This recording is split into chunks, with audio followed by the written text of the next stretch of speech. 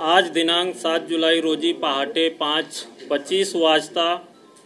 फिर्यादी प्रदीप नाखवा व त्याची पत्नी ॲक्सेस स्कूटीवरून वर्डी कोडीवाडाकडे जात असताना लँडमार्क जीप शोरूम समोर एनी बेझंट रोड येथे एक BMW कार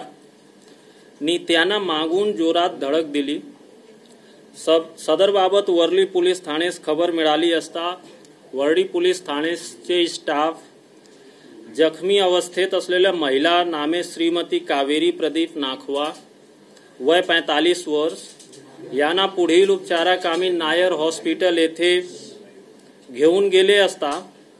तेथील डॉक्टरांनी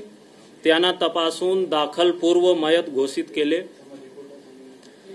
सदर बाबत वर्डी पोलीस ठाणे येथे गुन्हा नोंद करण्यात आला आहे आणि कायद्याप्रमाणे भारतीय न्याय संहिता कलम 105, 281, 125 ब, 229, 324 4 सह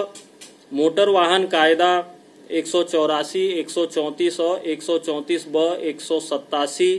अन्वये गुन्हा नोंद करण्यात आला आहे आणि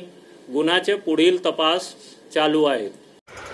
नवीन घडामोडी पाहण्यासाठी आजच आम्ही मुंबईकर 24 तासला लाईक करा, सबस्क्राइब करा आणि अपडेट रहा।